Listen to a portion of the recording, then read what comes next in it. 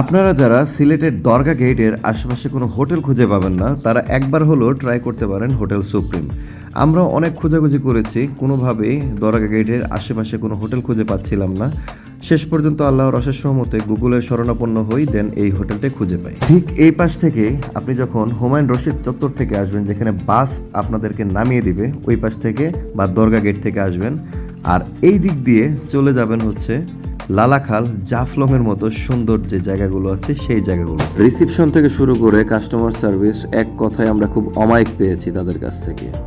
আপনাদের সুবিধার্থে হোটেলের একটা ভিজিটিং কার্ড দিয়ে দিলাম, আপনারা চাইলে ট্রাই করে দেখতে পারেন।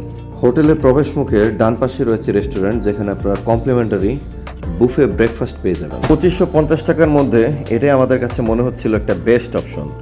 তো এই বাজেটের মধ্যে এসি রুম, ডাবল বেড এবং একটা মান্দাতা আমলের এসিটা পুরনো হলেও পাওয়ার কিন্তু খুবই ভালো ছিল।